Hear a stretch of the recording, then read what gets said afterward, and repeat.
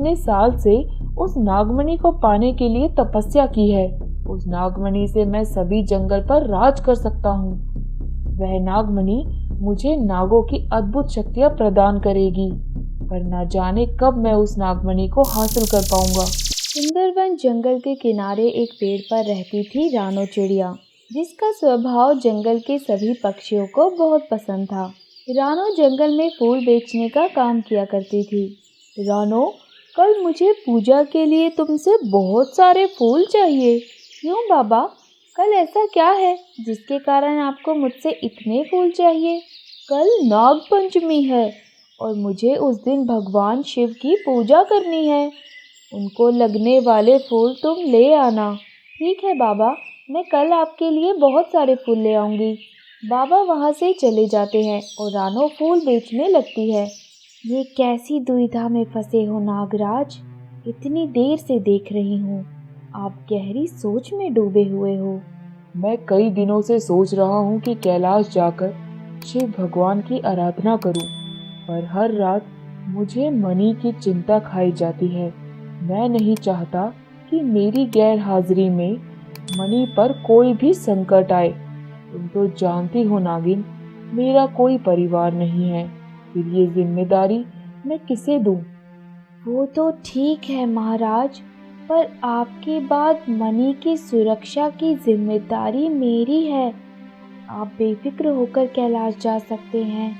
क्या तुम इस जिम्मेदारी को ठीक से निभा पाओगी? मैं अपने मरने तक इस मणि की रक्षा करूंगी नागराज। तो ठीक है, कल नाग पंचमी की पूजा के बाद मैं कैलाश की ओर प्रस्थान करूंगा और अपनी आराधना पूरी करके वापस लौट आऊंगा। ऐसा वचन नागिन नागराज को देकर वहां से चली जाती है। अगले दिन बाबा शिव मंदिर में पूजा शुरू करते हैं। पूजा के समापन के बाद नागराज कैलाश की ओर निकल जाते हैं।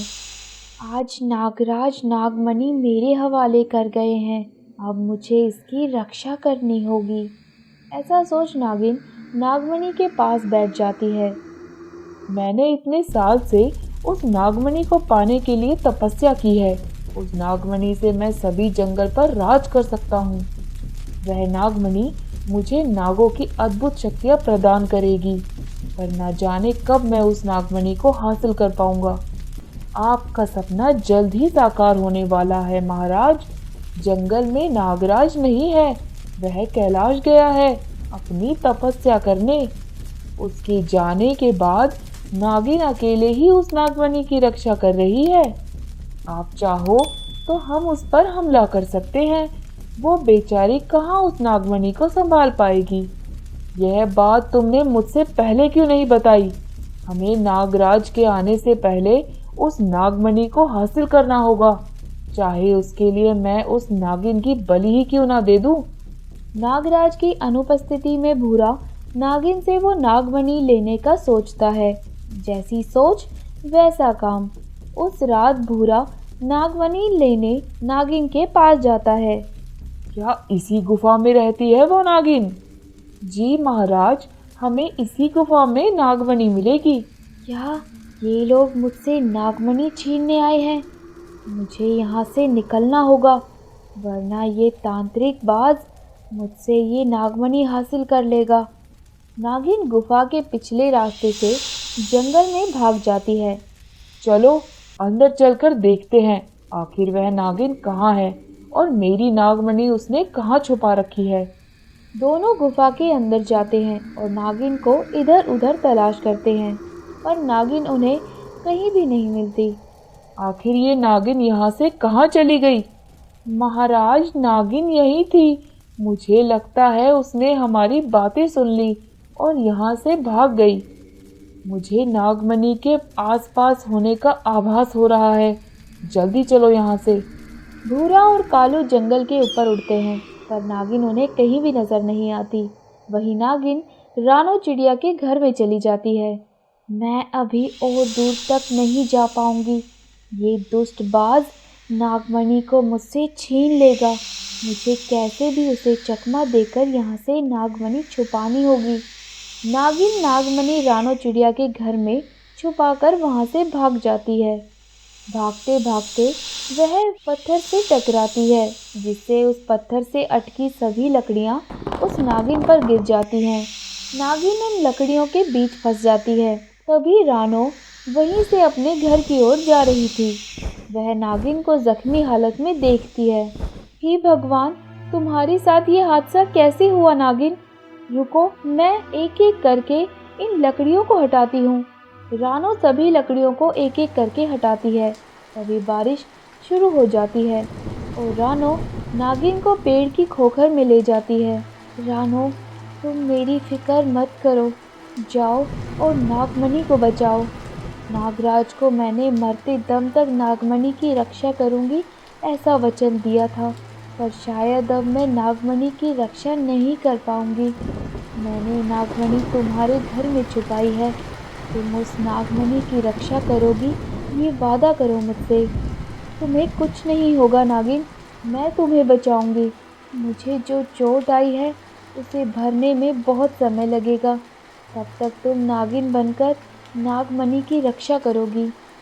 नागिन रानो को एक अद्भुत शक्ति देती है, जिसमें वह रानो को एक नागिन बना देती है और रानो से कहती है, रानो, जब तक कि नागराज अपनी तपस्या से वापस नहीं लौटते, तब तक तुम हर रात 12 बजे नागिन बन जाओगी, ताकि नागराज तुम्हारे ज़रिए नागमणि तक पहुंच सके।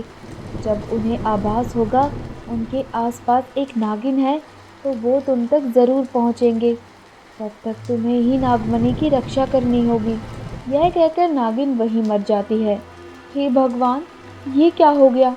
एक ही रात में इतना सब? रानो अपने असली रूप में आ जाती है और अपने घर चली जाती है। घर जाकर वह मणि को एक सुरक्षित स्थान पर रख देती है।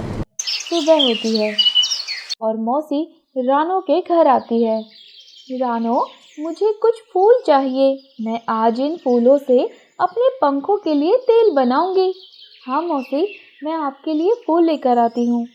तुम्हारा घर इतना बिखरा हुआ कैसे है? ऐसा लग रहा है जैसे कोई जानवर घुसा हो। नहीं नहीं मौसी, वो कई दिनों से घर की सफाई नहीं की थी ना, उसी का असर है। रानो मौसी को फूल देकर भेज देती है। आज तो बच गई। कहीं मौसी ने मेरा नागिन रूप देख लिया होता तो मुसीबत हो जाती। कई दिन गुजर जाते हैं। भूरा और कालू जंगल में नागिन की हर जगह तलाश करते हैं। आखिर ये नागिन कहाँ चली गई? हम इतने दिनों से उसे ढूंढ रहे हैं, पर अभी तक वह नागिन हमारे हाथ नहीं लगी। मुझे लगता है वह नागिन यह जंगल छोड़कर भाग गई है महाराज। पर जंगल से बाहर तो एक भी जानवर नहीं गया। हो ना हो वो नागिन इसी जंगल में कहीं किसी कोने में छुपकर बैठी है। दिन भर रानो चिड़िया जंगल में फूल बेचने का काम करती और रात को 12 बजते ही वह एक नागिन का रूप धारण कर लेती। ये नागराज कब अपनी तपस्या से जंगल में आएंगे? इतनी बड़ी जिम्मेदारी मैं भला कब तक संभाल पाऊंगी? आज मेरी तपस्या पूरी हुई। आज मेरे मन को शांति मिली है। अब मैं वापस अपने जंगल जा सकता हूँ। वहाँ नागिन मेरा इंतजार कर रही होगी। उस दिन नागराज जंगल में वापस आ गए और पूरी गुफा में नागिन को ढूंढने लगे, पर नागिन उन्हें कहीं नहीं मिलने के कारण वो परेशान हो गए। हे भगवान, नागिन नागमणि को लेकर आखिर कहाँ चली गई? मुझे अपनी अंतर्दृष्टि से देखना होगा कि नागिन कहाँ है। तभी नागराज अपनी शक्तियों से देखते हैं कि नागिन गुफा छोड़कर भाग गई है और उसके पीछे भूरा और कालू लगे हुए हैं। ये क्या? नागिन तो बहुत बड़ी मुसीबत में है। मुझे जल्द ही नागिन को ढूंढना होगा। वह नागमणि अगर गलत हाथों में गई तो अनर्थ हो सकता है। नागराज नागिन को ढूंढने जंगल में चला जाता है और शाम तक नागिन को बहुत ढूंढता है, पर नागिन उसे कहीं नहीं मिलती। फिर वह एक पेड़ के नीचे बैठ जाता है। 12 बजते ही रानो नागिन का रूप धारण कर लेती है, जिसके बाद नागराज की मणि चमकने लगी और नागराज उस शक्ति से रानो के पास पहुंच गए। तुम तुम एक नागिन नहीं हो, तुम तो एक चिड़िया हो। फिर वो संकेत कहाँ से आया था? रानो नागमणि निकालकर नागराज को देती है और कहती है, नागराज, नागिन ने अपने आखिरी समय में मुझे नागमणि की रक्षा की जिम्मेदारी सौंपी थी। उन्हीं की दी शक्तियों के कारण मैं रात 12 बजे नागिन का रूप ले लेती, ताकि आपको नागमणि यहाँ है इसका संकेत मिल सके। तुम्हारा बहुत शुक्रिया रानो, तुमने नागमणि की हिफाजत सही से की है। नागराज नागमणि को अपने अंदर समाहित कर लेते हैं और रानो के साथ नागिन के शव के पास जाते हैं। नागमणि की मदद से नागराज नागिन को पुनर्जीवित कर लेते हैं। इसके बाद दोनों रानो का धन्यवाद कर वहां से हमेशा के लिए चले गए। वहीं भूरा और कालू नागिन को पूरे जंगल में ढूंढते रहे। अगर आपको हमारी कहानी अच्छी लगी और ऐसी ही कहानियाँ और देखना चाहते हैं तो हमारे चैनल को सब्सक्राइब कर लें और बेल आइकन पर क्लिक कर दें। और हाँ, शेयर करना मत भूलिएगा।